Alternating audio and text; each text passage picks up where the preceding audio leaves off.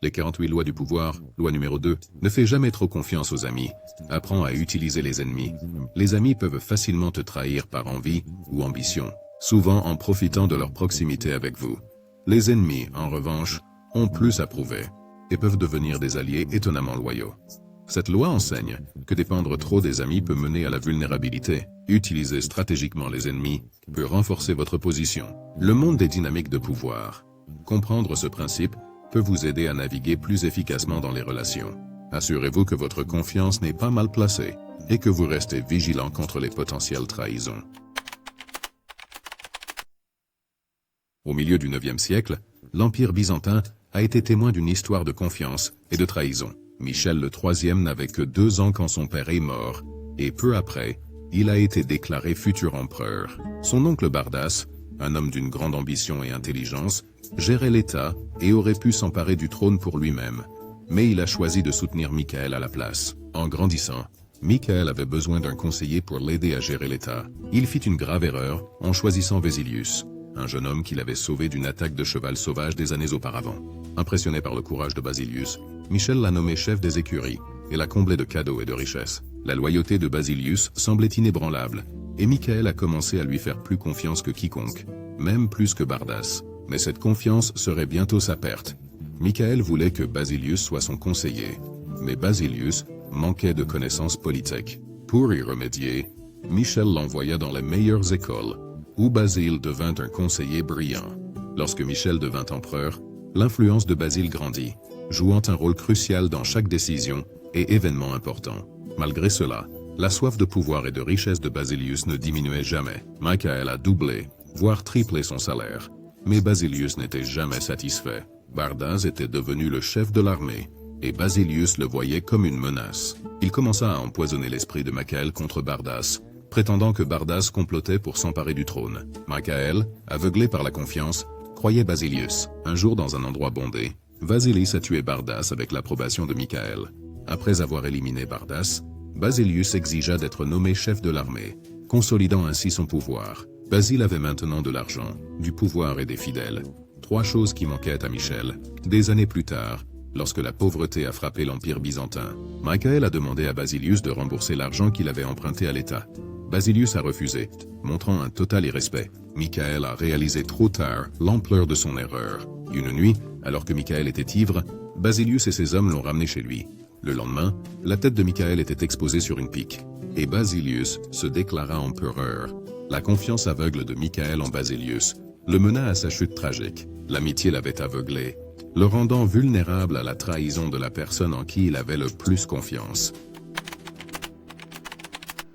Au milieu du Xe siècle, le trône de l'Empire chinois était la position la plus dangereuse en raison des conspirations constantes.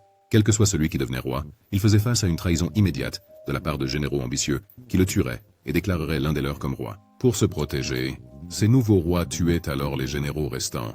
Ce cycle vicieux s'est répété plusieurs fois, rendant le trône périlleux. En 959 après Jésus-Christ, le général Zhao Guanyin est devenu l'empereur Song. Conscient que son destin pourrait être similaire, il élabora un plan pour briser ce cycle mortel. Pour célébrer son couronnement, il organisa un grand festin et a invité tous les généraux puissants. Alors que le vin coulait et que le festin avançait, Song renvoya ses gardes, ne laissant que les généraux dans la salle. Les généraux, craignant d'avoir été empoisonnés, se préparèrent à mourir. L'empereur Song les adressa. « Je sais qu'aujourd'hui n'est pas un jour de joie pour vous. Au lieu de cela, tu crains que je te tue. Je ne doute pas de toi, mais quelqu'un peut-il porter le fardeau de la couronne tout en craignant constamment la déloyauté ?» Les généraux, ivres et anxieux, étaient d'accord. Song a alors proposé une solution. « Quittez vos postes de généraux, et je vous donnerai tout ce que vous voulez. Richesse, la gloire, l'argent, les esclaves, les filles, tout. » Le lendemain, tous les généraux ont démissionné de leur poste, et Song a tenu sa promesse, en leur accordant tout ce qu'ils désiraient. Ce geste a transformé des menaces potentielles en alliés satisfaits, permettant à Song de suivre leurs conseils sans craindre de trahison. D'un geste stratégique, il a transformé des loups dangereux en animaux de compagnie fidèles. Des années plus tard, l'empereur Song a invité ses ennemis à son palais et leur a offert du vin, une méthode habituelle d'empoisonnement. Dans l'Empire chinois, un ennemi a hésité, craignant que le vin ne soit empoisonné, et a supplié pour sa vie. Song a ri et a bu le vin lui-même, prouvant qu'il était sûr. Cet acte a transformé l'ennemi en un ami fidèle. Pendant son règne, Song apprit que le roi Jiangshu d'un état rival avait conspiré contre lui.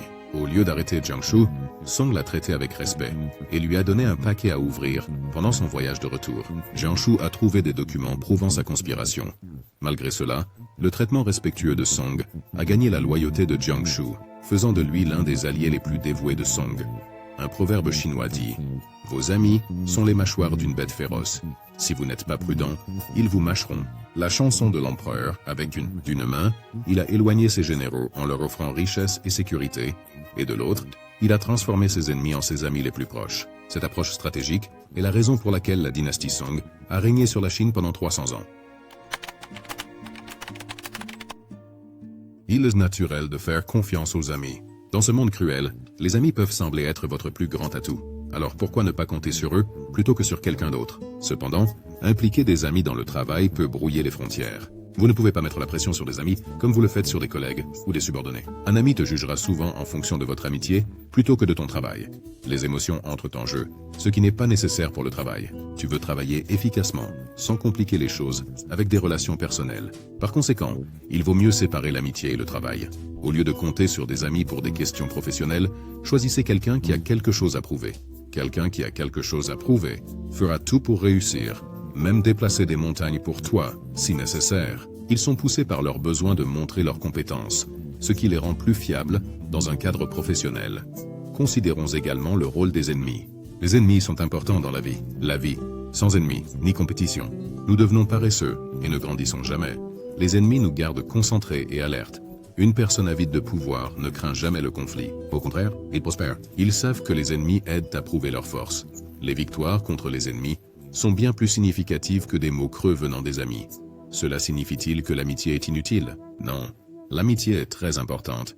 Cependant, vous devez reconnaître qui sont vos véritables amis. Un vrai ami te soutient dans chaque situation, pas toujours en étant d'accord avec toi, mais en te montrant tes erreurs et où tu dois changer. Si vous ne pouvez pas reconnaître la véritable nature de vos amis proches, ils peuvent devenir vos plus grands ennemis, parce qu'ils connaissent vos vulnérabilités.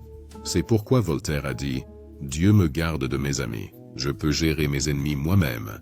Comprendre la dynamique entre amis et ennemis aide à mieux naviguer dans les relations. Assurez-vous de bien placer votre confiance et de maintenir votre pouvoir. Merci de nous avoir regardés. Si vous avez trouvé cette vidéo instructive, donnez-lui un pouce en l'air et abonnez-vous à notre chaîne pour plus d'analyses approfondies des 48 lois du pouvoir. À la prochaine. Reste puissant.